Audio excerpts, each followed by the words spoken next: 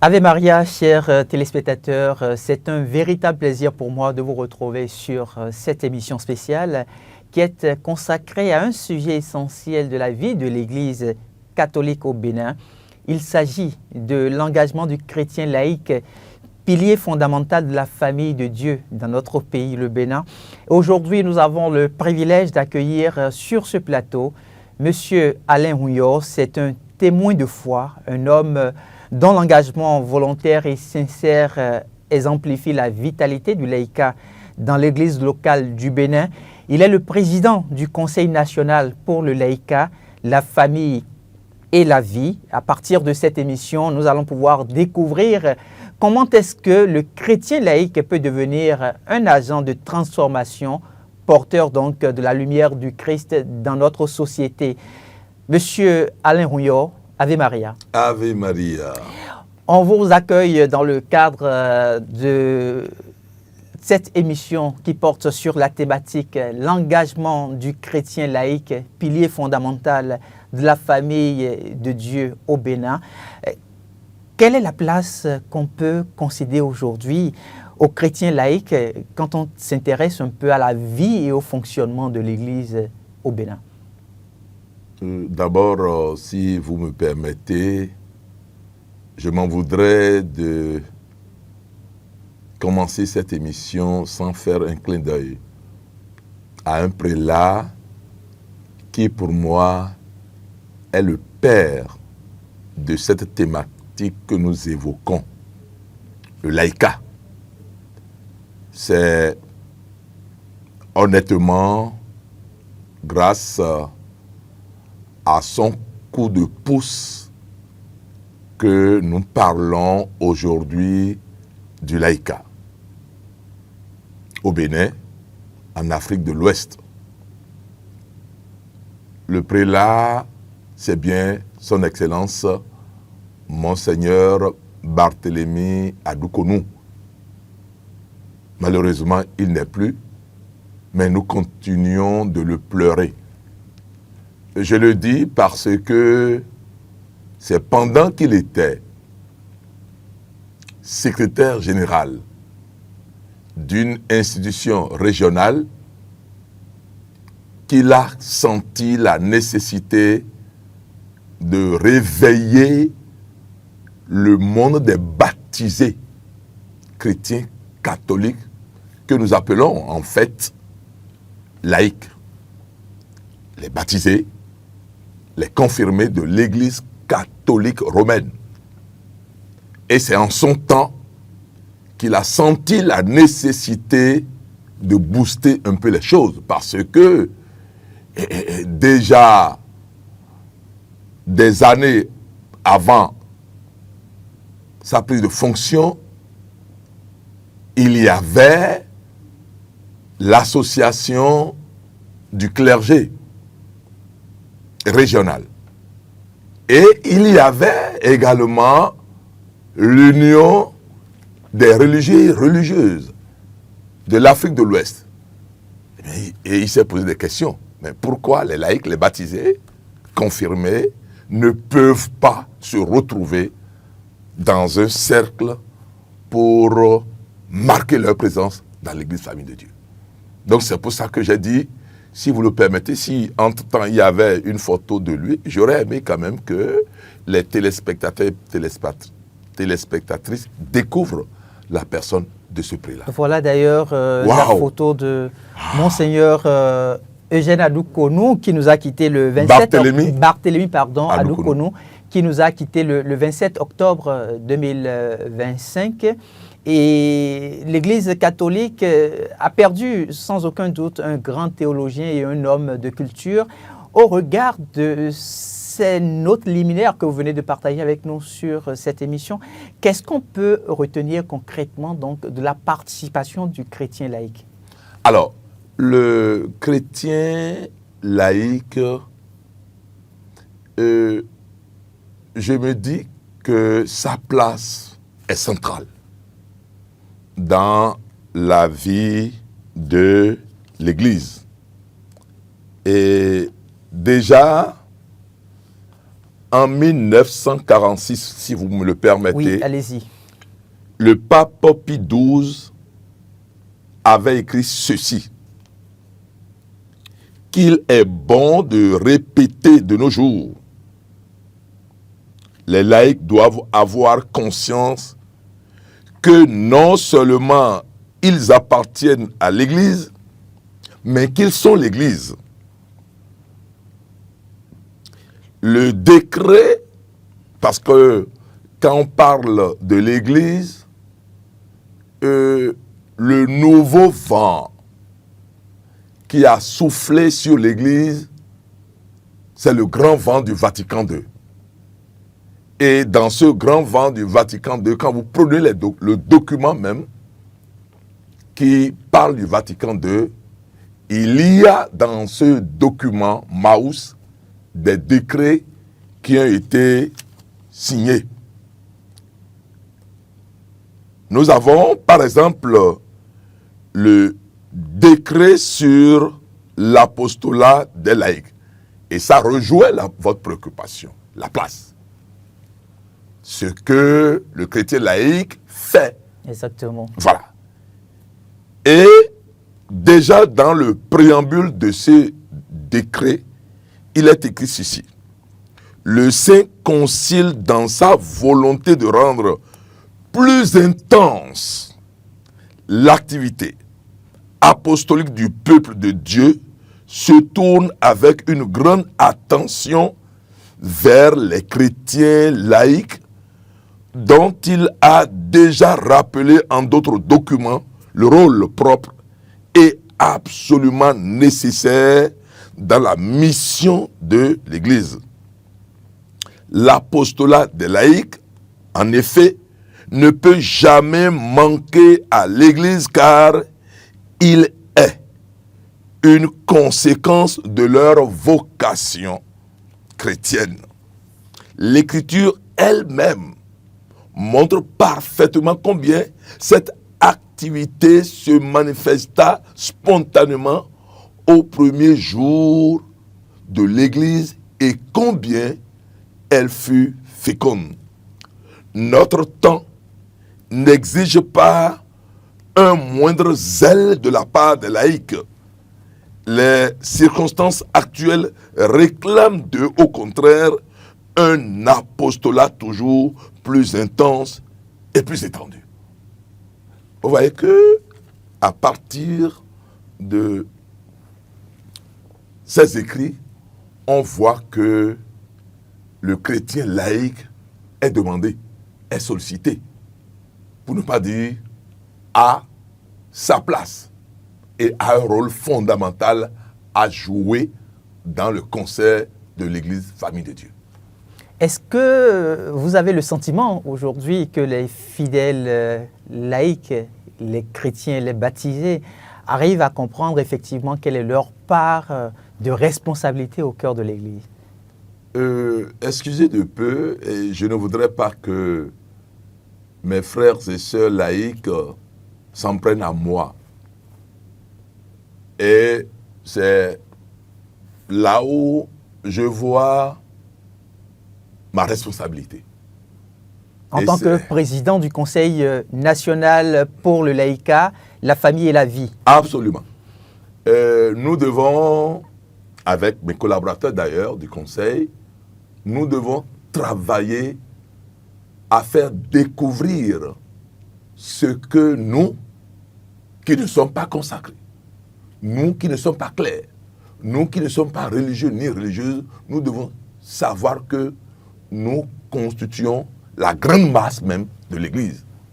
Alors, si quantitativement, nous sommes nombreux sur le terrain, mais il va falloir que chacun de nous commence par s'interpeller. Mais en fait, nous sommes nombreux, mais que faisons-nous? Puisque nous aussi, nous sommes dans le corps mystique du Christ.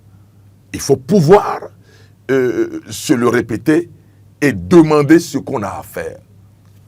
Pour faire court, je dirais que notre mission, c'est beaucoup plus de sanctifier le temporel. C'est tout ce qu'il y a comme amour à vivre.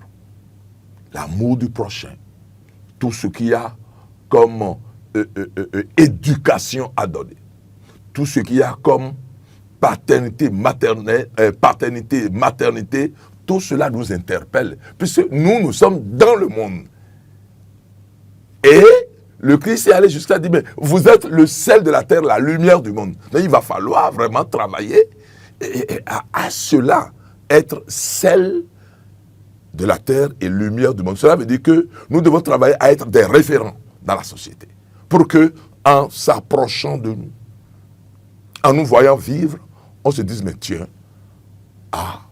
ceux-là, c'est de véritables disciples du Christ. Alors, dans la mission évangélisatrice de l'Église au Bénin, vous l'aviez dit, même au-delà, les chrétiens sont appelés à demeurer celle de la terre, lumière du monde, mais parfois au cœur de la crise.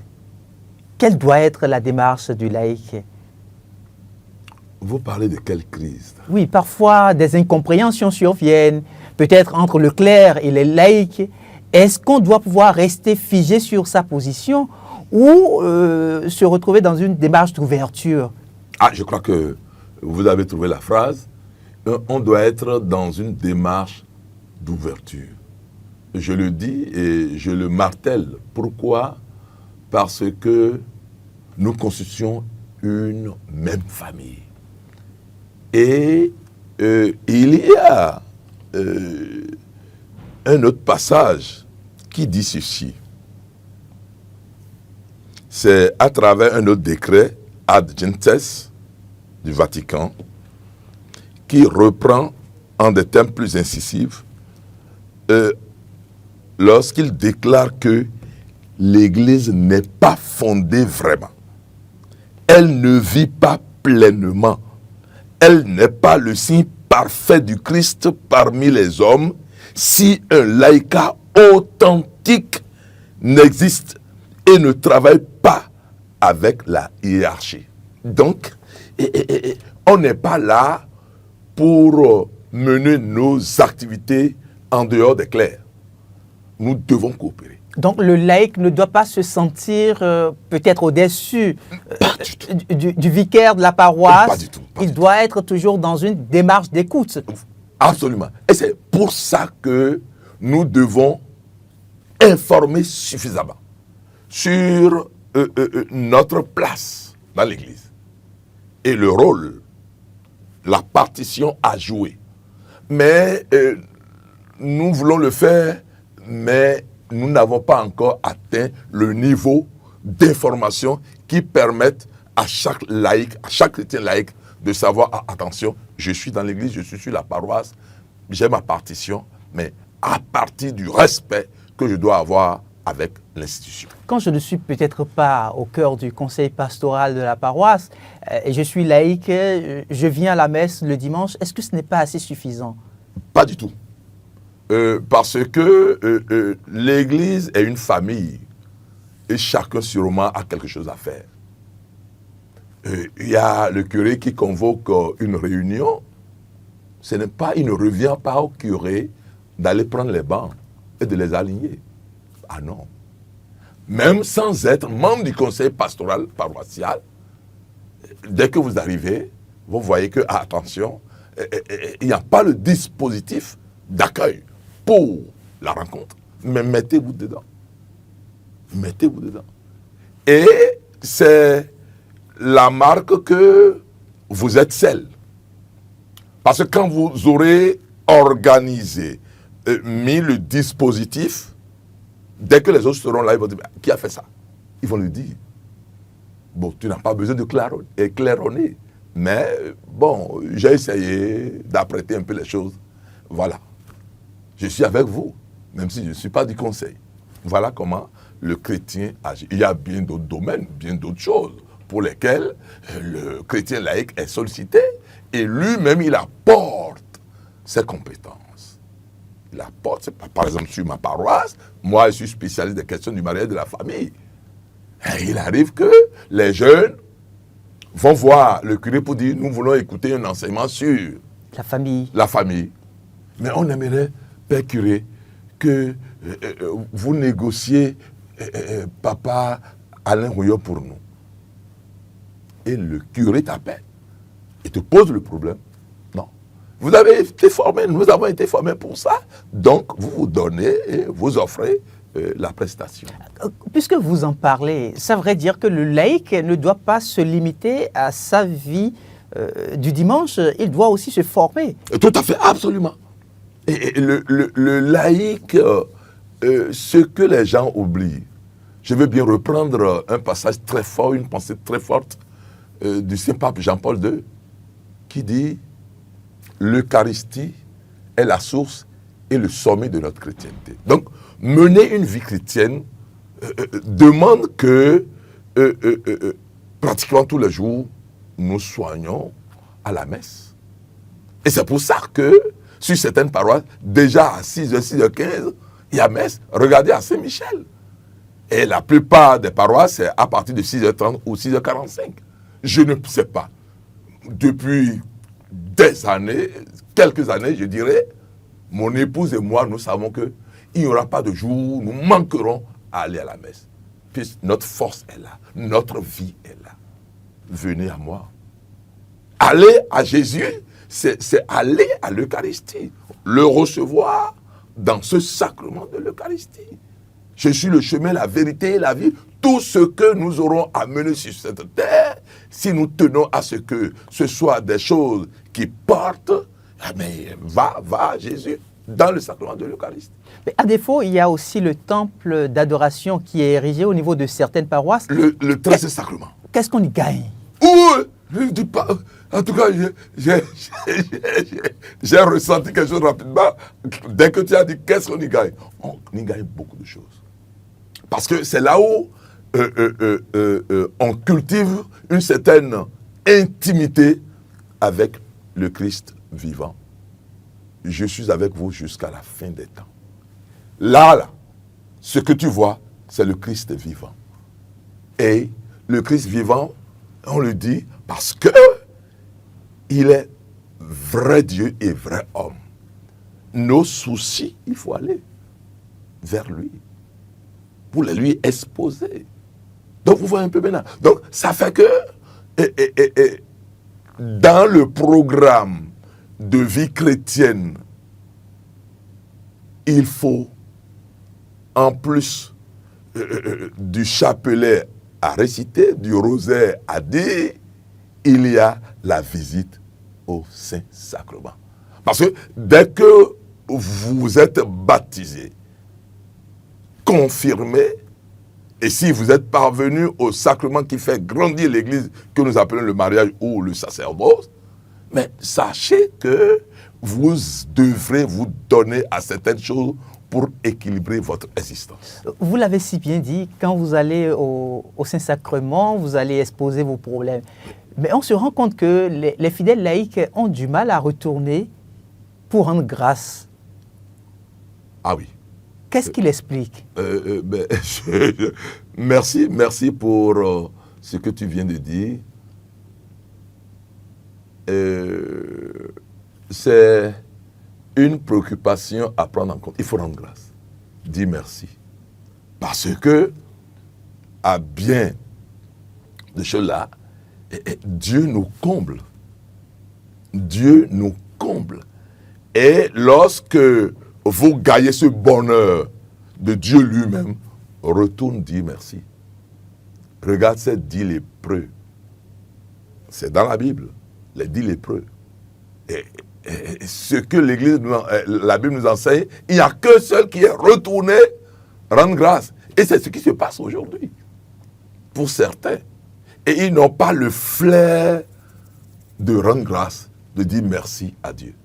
La question était vraiment pertinente. Et je crois que à partir de la réponse que j'avance, réveillons-nous et comprenons que Dieu est aussi content quand on revient vers lui pour dire merci Seigneur, merci mon Dieu. Quelle autre qualité on peut essayer aujourd'hui de faire partager avec le chrétien laïque pour lui permettre de vivre davantage son témoignage de foi? C'est beaucoup plus l'effort à vivre la foi authentique. Et je crois que Son Excellence Monseigneur, l'archevêque de Cotonou, avait sorti un message sur la foi authentique. Il faut qu'on aille relire cela. Ça fait un. Et la foi authentique demande qu'on s'arrache à certaines pratiques qui ne sont pas dignes de l'être que nous sommes devenus du fait des sacrements obtenus, surtout le sacrement de baptême qui nous confère une nouvelle identité. Malheureusement, dans l'église famille de Dieu, certains pensent que Jésus n'est pas si fort. Et il faut faire ci, il faut faire ça. Donc, on se laisse emporter par l'amalgame de religiosité. Et c'est dommage. Donc, quand tu es pour le Christ, reste pour lui de façon exclusive. Comme on le dit, accepte de devenir Christ aussi, comme aimait dire son Excellence Feu Monseigneur Isidore de Souza. Je vais lire un petit extrait de Monseigneur Rumbwegi, oui, l'archevêque de Cotonou. Il dit exactement ceci, je le cite, « Soyez d'excellents théologiens qui sachent rester dociles à l'Esprit Saint, car la vraie théologie se fait à genoux, devant Dieu et en communion avec l'Église. » Fin de citation. Quel est le commentaire que vous en faites? Non, je crois que le laïc vit la théologie au quotidien. C'est un travail.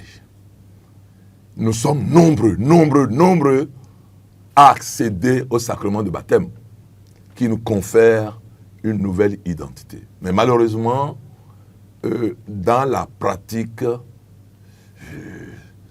il y a encore des insuffisances à vivre authentiquement le Christ, le ressuscité. Et c'est là où le bas blesse. Et il a tout dit là. Et combien de fois nous comprenons que c'est à genoux, devant Dieu, que nous gagnons les grâces. Combien de fois nous savons que en famille, les soirs ou bien le matin, nous devons nous retrouver devant notre oratoire pour rendre grâce à Dieu et pour lui confier la journée ou la nuit. Donc, il y a une pédagogie à suivre, déjà à notre niveau propre, au sein de la famille et dans nos milieux d'existence, pour témoigner de ce que nous ne sommes plus celui-là d'hier qui vivotait, mais une nouvelle créature. Nous avons une nouvelle identité qui nous donne de témoigner de ce Christ ressuscité qui est vrai Dieu et vrai homme. Vous avez parlé de la foi authentique, oui, en référence donc à l'appel de Monseigneur l'archevêque de Cotonou, Monseigneur Rumbwegi. Mais on se rend compte qu'au niveau de plusieurs maisons, il y a l'oratoire qui est bien installé. Oui. Il y a peut-être la statue de la Vierge Marie qui est déposée à l'entrée. Et le crucifix. Le crucifix également. Oui. Mais il n'y a pas le temps consacré pour se recueillir devant Dieu. Quel est le message que vous lancez donc à ces différentes familles? Oui, merci pour la préoccupation. Je crois que s'il y a un message à lancer aux familles, je veux bien me tourner vers les groupes, mouvements et associations de l'Église Famille de Dieu. Je vois l'ACF, Action catholique des familles du Bénin. Je vois l'Union Saint-Joseph des couples mariés du Bénin. Je vois les équipes Notre-Dame. Je vois plein de groupes, associations. Et je voudrais leur dire que dans leur approche d'accompagnement de tous ces frères et sœurs chrétiens, catholiques, il faut qu'ils insistent sur la prière. Il faut qu'ils insistent sur la prière. Et pourquoi pas? Et il faut qu'ils leur donnent la manière de prier et d'être connectés, excusez le terme, à Dieu. Parce que lui-même a dit, priez sans cesse pour ne pas tomber en tentation. Vous êtes chrétien et vous avez du mal, vous n'avez pas le temps de prier. c'est sûr, et je dirais, ce n'est pas évident que vous témoignez de ce Christ ressuscité. C'est très important. Donc, chers responsables des groupes, mouvements et associations, et des structures, pourquoi pas, de l'Église Famille de Dieu du Bénin, nous sommes interpellés. Et ce n'est pas moi qui le dis. Vous avez suivi la préoccupation du journaliste, et c'est un constat qui est fait et qui nous demande de nous réveiller et d'être vrais dans ce pourquoi nous avons opté. Vivre le Christ de façon authentique en étant dans l'Église catholique romaine. L'Église catholique aspire à ce que tous ces enfants puissent se retrouver sur le chemin de la vérité. Parfois, au cœur des mouvements et associations, il y a des situations qui font que certaines personnes sont obligées de rebrousser chemin parce qu'il n'y a pas la vérité qui se dit. Quel est le message que vous laissez aujourd'hui à ces responsables de groupes, de mouvements et associations se retrouvant sur nos paroisses? Oui, moi je crois que s'il y a un message à donner ici, que les pères m'excusent, qu'ils nous aident. Nous aident dans leur pastoral pour que nous sachions ce qui nous attend une fois que nous adhérons à des groupes, mouvements et associations d'église. Il faut qu'ils nous aident en programmant des enseignements. Et le renouveau charismatique fait beaucoup. Et je passe ici pour saluer respectueusement les responsables nationaux et nos pères aumôniers. Mais il reste à faire. Il reste vraiment à faire parce que, comme tu l'as dit tantôt, il y en a qui sont déçus et qui rebroussent effectivement chemin. Parce que le responsable, pour ce qu'il fait, mais il se dit, mais c'est quoi ça là? Est-ce que c'est vraiment l'enseignement du Christ? Il est humain, et avec ses limites, parce qu'il ne veut pas être corrompu, il préfère se rétracter pour dire, bon, je vais prier chez moi. On a des journées de récollection, mais on se rend compte que ces journées de récollection se transforment plus en moments de divertissement, surtout avec la génération montante. Vous partagez ce constat? Non, je partage parce que c'est un constat. Mais malheureusement, de plus en plus, nous déplorons le fait que certains pères qui devraient accompagner et être présents aux séances de nos jeunes, malheureusement, on ne les voit pas. Et ces séances sont organisées entre les jeunes. Est-ce que ce n'est pas la charge pastorale qui ça pèse? Rentre, honnêtement. Bon, oui, quelque part, c'est la charge pastorale qui pèse. Et on n'a plus le temps pour voir ce qui se passe de l'autre côté. Mais il faut le temps. Mais comment est-ce que les laïcs même s'organisent? Par exemple, quand on prend le Conseil national pour le laïcat, la famille et la vie, comment est-ce que vous vous organisez pour accompagner le clergé catholique béninois? Là, c'est une flèche que vous m'envoyez comme ça. Oui, on va essayer de trouver la réponse. Non, je crois que, nous nous battons vaille que vaille, je peux le dire comme ça, puisque nous avons des structures de démembrement. Il n'y a pas que le bureau national. Nous avons, au niveau de chaque diocèse, des structures de relais. Donc nous avons le conseil diocésain du laïcat, de la famille et de la vie. Et en descendant, nous avons les conseils paroissiaux. Vous comprenez un peu? Donc, on s'organise vaille que vaille. La preuve, si l'Église ne veillait pas au gré, nous ne serions pas à Abidjan la dernière fois. Il y a 1 an pratiquement que nous étions à Abidjan pour relire un peu l'apostolat du laïcat. Donc c'est très important. Et avec ce qui nous attend sur le terrain, nous ne devons pas nous amuser. Je crois qu'il y a effectivement un travail à faire il y a des rencontres, nous avons, et comme tu l'as évoqué tantôt, il y a les journées de récollection. Nous avons eu assez de rencontres quand même, et déjà nous programmions des rencontres dans les jours, semaines, mois à venir, et même au niveau régional, nous serons à Abidjan très prochainement pour relire un peu tout le travail qui a été fait jusque-là, c'est-à-dire faire un peu le bilan et jeter les bases des perspectives.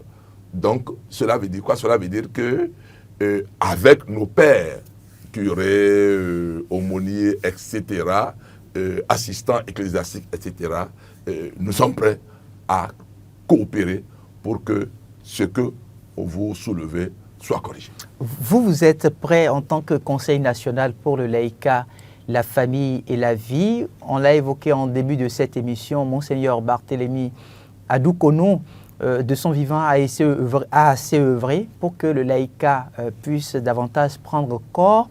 Mais chez nous, au niveau de l'Église famille du Bénin, est-ce que la conférence épiscopale vous accompagne dans la même dynamique? Est-ce qu'il est arrivé que vous ayez organisé peut-être des rencontres d'ordre stratégique pour repenser à l'avenir du laïcat au Bénin? Je peux te dire oui, parce que s'il n'y avait pas ces rencontres, ces dispositions, ces actes posés par la conférence épiscopale du Bénin, je ne serais pas ici sur votre plateau. Je crois que c'est le suivi de la conférence épiscopale du Bénin qui nous a valu la nomination de votre serviteur aujourd'hui, qu'on appelle Alain Rouillot. Donc, c'est pour dire que nous avons à la tête du Conseil national pour le laïcat, la famille et la vie, un évêque, en la personne de son Excellence Monseigneur François Yorosso, l'évêque de Dassa. Et nous ne faisons rien sans nous référer à son autorité. Et des fois, lui-même dit, allez-y, et venez me rendre compte. Donc cela veut dire qu'on est coaché, on est accompagné. Ça voudrait dire que vous êtes très bien discipliné en suivant les prescriptions de l'Église catholique. Absolument, absolument, sinon vous ne serez pas là. Aujourd'hui, quel est le regard que vous portez sur la formation des fidèles laïcs? Je crois que là, c'est un défi. C'est un gros défi. Et on s'emploie et nous avons déjà des personnes bien avisées qu'on a désignées pour s'occuper de la formation des laïcs. Et le monsieur, il est bien. Quelles sont vos relations avec l'école d'initiation théologique et pastorale qui a été mise en place par Monseigneur l'archevêque de Cotonou et aujourd'hui dirigée par le père Audrey Beyinou? Oui, je crois que ça va, on est en tandem pratiquement parce que certains de nos collaborateurs ont fait cette école. Et on s'en réjouit parce que leur prise de parole, leur engagement montre qu'ils ne sont pas comme ça, ils ne sont pas manamana comme on le dit, c'est des gens qui savent et qui ont du bagage. On est en train de demander à la limite suffisamment de choses aux laïcs, au Bénin ici, mais ne l'oublions aussi pas. Comment est-ce qu'il peut arriver à concilier sa vie professionnelle, celle de la famille et celle aussi, l'engagement dans l'Église, par exemple? J'avoue que ce n'est pas facile. Ce n'est pas facile et c'est pourquoi déjà au niveau de la famille, au niveau du couple et des parents que vous êtes, on doit mener une vie de témoin vivant du Christ, au point de mettre l'autre à l'aise et au point d'amener l'autre à se dire non, mon mari, non, ma femme, je compte sur lui ou je compte sur elle. Donc, vous voudrez dire que l'engagement du laïc peut l'emmener à pouvoir transformer la vie sociale même? Absolument.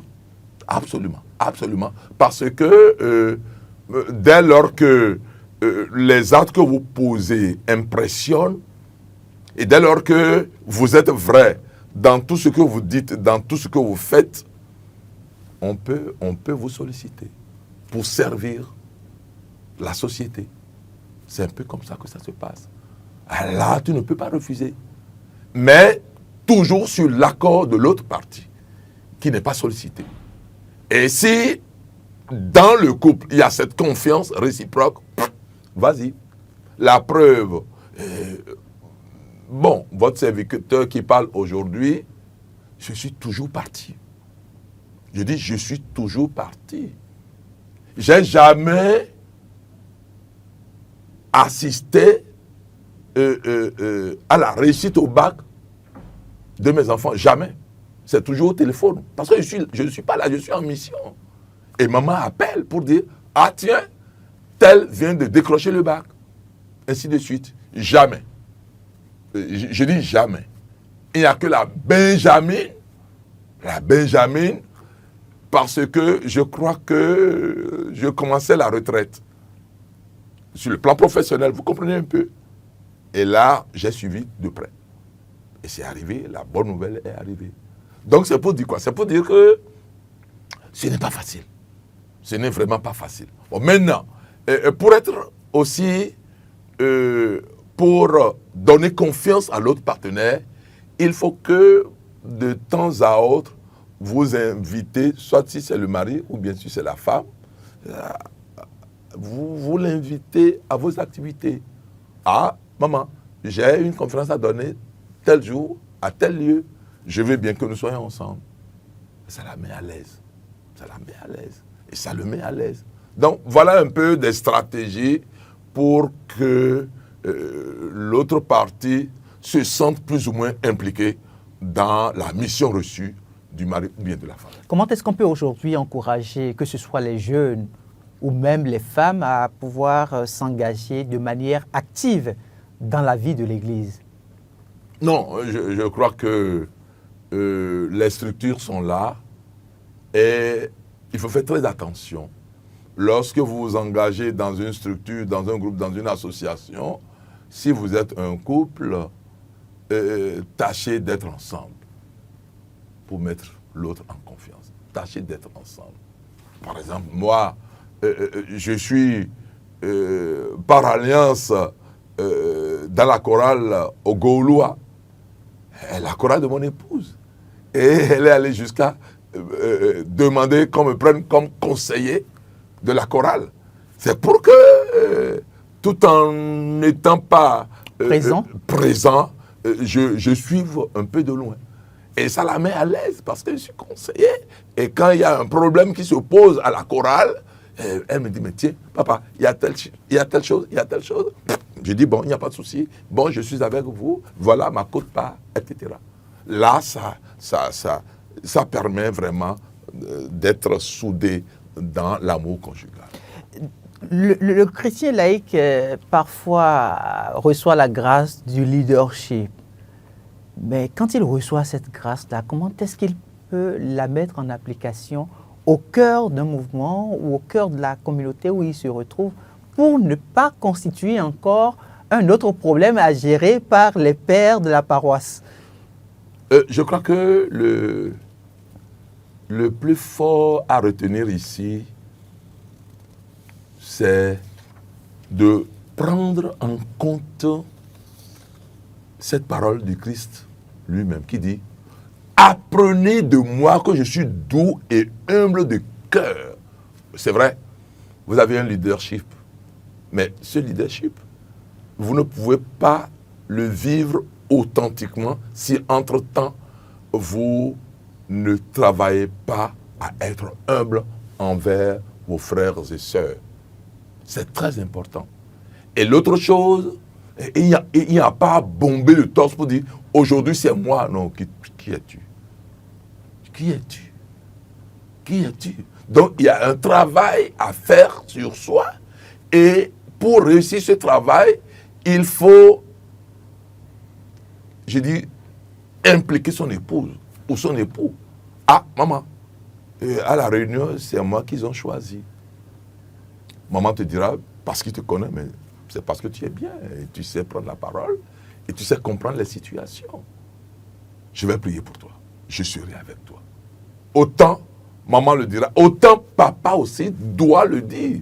Et habilement accompagner. C'est une obligation. Oui, c'est une obligation. Tout à fait, c'est une obligation. C'est une obligation parce que la responsabilité qui est là demande qu'on l'assume de façon conjointe, l'autre spirituellement et toi en plein, en acte. Voilà. Quand ce n'est peut-être pas le cas de l'époux ou de l'épouse qui doit pouvoir avertir son partenaire, Oui. et quand c'est le cas des enfants, par exemple. Il faut leur apprendre à vivre l'humilité. Parce que à partir de l'humilité, à partir du devoir d'être doux envers les autres, on comprend les autres et on les accueille tels qu'ils sont et on essaie de faire avec. Quelles sont les actions qu'on peut aujourd'hui recommander aux fidèles laïcs pour pouvoir renforcer un peu l'union ou l'unité et la communion avec le clergé? Parce que parfois, on sent aussi qu'il y a des laïcs qui sont... Frictions. Voilà. Oui. Je crois que pour réussir ce que tu dis, il faut être des hommes et des femmes de prière.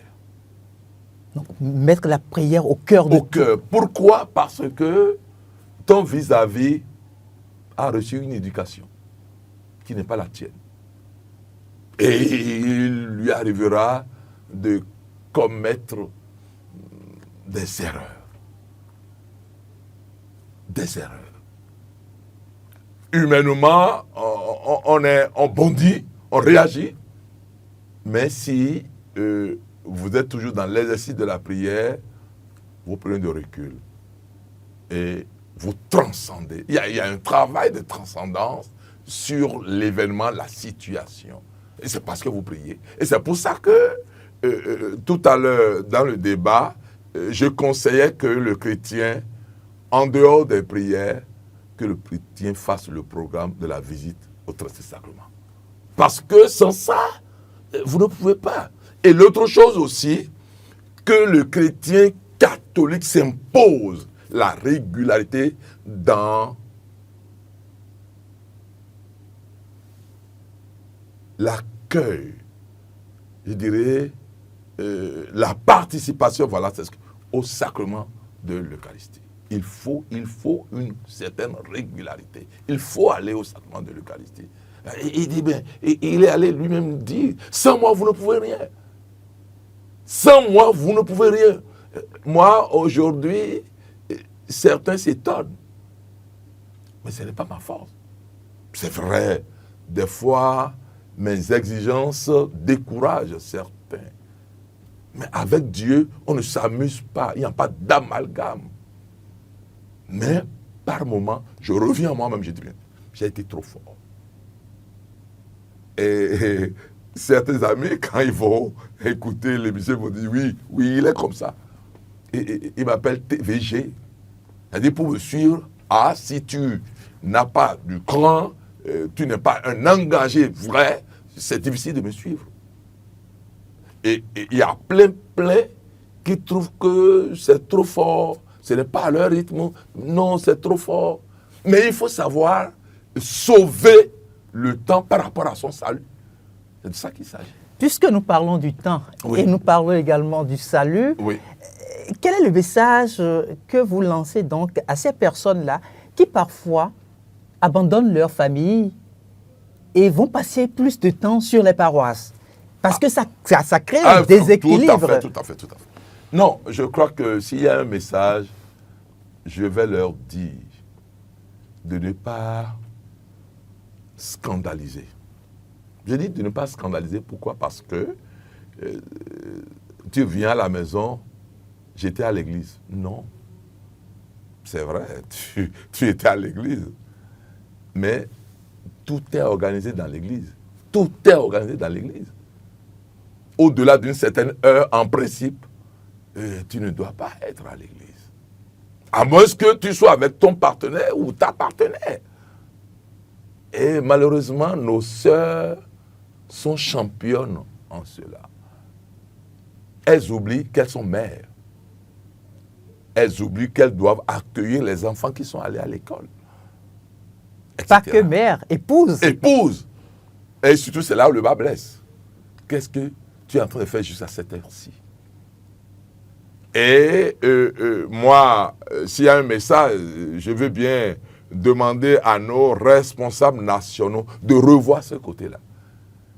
Puisque souvent, les gens fomentent des coups. Pour dire voilà, mais elle n'est souvent pas là. Et elle parle toujours de prière. Notre groupe a fait ci. Et je me rappelle, Père à son âme, son Excellence Feu, Monseigneur Lucien Mossi Agboka, nous a toujours dit, mais pendant que toi, on finit la messe, tu dis, je vais prier devant Sainte Rita. Après, je vais prier devant Saint Joseph. Pendant que tu es en train de faire tout ça, quand est-ce que ton mari va manger? Il va prendre son petit déjeuner avant de partir. Donc ça, c'est l'interpellation de Monseigneur Agboka, Lucien Mossi Agboka. Donc, il y a certains prélats qui voient la situation et, dans leurs enseignements, essaient de nous alerter pour dire attention, ne nous faites pas entendre ce qu'on n'a pas conseillé pour vous. Donc, il faut faire très, très, très attention. Donc, tout le problème est là. Et nous, les responsables, nous devons aussi veiller à ça. Moi, il m'arrive, excusez de peu, d'aller sur la paroisse à certaines heures et d'interpeller certaines femmes. Mais derrière tes blêmes, galère de fini. Et moi, il y en a. À surtout le fouet, vilain le fouet. À quoi gagne. Il faut que les responsables, surtout les membres des conseils paroissiaux, veillent à tout cela. Et il m'est arrivé de renvoyer des filles à des heures vraiment indues. Toi, tu cherches quoi à cette heure-ci? Ah non. Non, à cette heure-ci. Tes parents te demandent certainement à la maison. Et à demi-tour. Donc, tant que nous n'allons pas nous réveiller par rapport à nos problèmes, à nos situations, par rapport à tous ces défis, c'est que, comme on le dit en français, et c'est dommage. Alors, au cœur de l'Église, nous avons quand même des laïcs qui ont de très bonnes renommées. Très bien. Comment est-ce que l'Église arrive aussi à pouvoir les valoriser au cœur de leur environnement? Non, je crois que l'Église le fait vaille que vaille. Je le dis parce que dans l'Église, dès qu'on te découvre comme valeur, compétence, on te sollicite. On te sollicite. Sur ma paroisse, on a un expert comptable qui est à la retraite. Mais par rapport à l'économie, par rapport à la caisse, mais c'est lui. C'est lui. Il y a un conseil qu'on appelle pour les affaires économiques. C'est ça. Voilà. Quand bien même il n'est pas élu pour faire partie, il demeure un référent par rapport à ça. Donc, il suffit seulement que l'Église te découvre, apprécie tes valeurs, mais l'Église te sollicite. Moi, je me rappelle, il y a eu des ministres que j'ai côtoyés, et il y a un laïc, et à l'heure où je te parle, il continue de donner des cours dans des séminaires. Et j'étais dans une émission il n'y a pas longtemps, et il y a un monsieur qui donnait des cours dans les séminaires, et ces jeunes qu'il gardait sont devenus prêtres, et quand le monsieur a voulu lui tendre le micro, il dit respectueusement, monsieur le professeur, je n'oublierai jamais tout ce que j'ai reçu de vous. Donc cela veut dire que parmi les laïcs, dès que l'Église découvre que vous êtes une valeur, vous êtes une compétence, mais l'Église vous fait appel. L'Église vous fait appel. Et j'irai encore loin. L'Église vous soutient si, entre-temps, vous souhaitez postuler à des postes au niveau social, au niveau politique. Parce que je parlais tantôt de la sanctification du temporel. Et dans ce temporel, nous avons la politique. Vous comprenez un peu maintenant? L'Église, si l'Église estime que vous êtes une valeur, une compétence, un engagé, l'Église accompagne votre souhait d'être conseiller municipal, et ainsi de suite. Monsieur Alain Rouillard, je rappelle que vous êtes le président du Conseil national pour le laïcat, la famille et la vie. Nous tendons progressivement et sûrement vers la fin de cette émission spéciale ayant pour thématique l'engagement du chrétien laïque, pilier fondamental de la famille de Dieu au Bénin. Votre mot de fin sur ce plateau. Oui, mon mot de fin, c'est d'abord pour demander à mes frères et sœurs qui travaillent avec moi sur le plan national, comme sur le plan diocésain, comme relais, qu'ils sachent que nous devons descendre sur le terrain pour informer suffisamment sur notre identité de baptisé, de confirmé. Parce que c'est ça, notre famille de laïcs. Quand on parle de laïcat aujourd'hui, c'est pratiquement nous qui ne sommes pas consacrés, qui ne sommes pas prêtres, ni religieux, ni religieux. C'est nous qu'on appelle laïcs. Et la mission fondamentale que nous avons reçue, c'est travailler à la sanctification du temporel. Ça là, de tout ce qu'on a dit juste là, je souhaite vivement que les téléspectateurs et téléspectatrices retiennent ça et s'engagent à ce que dans le monde, nous vivions effectivement en tant que sel de la terre et lumière du monde. Merci infiniment à vous, monsieur. Merci à vous aussi. Alain Rouillard, je rappelle que vous êtes le président du Conseil national pour le laïcat, la famille et la vie. Vous étiez là pour nous entretenir sur la thématique l'engagement du chrétien laïque, pilier fondamental de la famille de Dieu au Bénin. Et comme vous l'avez compris, mesdames et messieurs, l'engagement du chrétien laïque constitue donc une véritable force vive pour l'Église famille de Dieu au Bénin.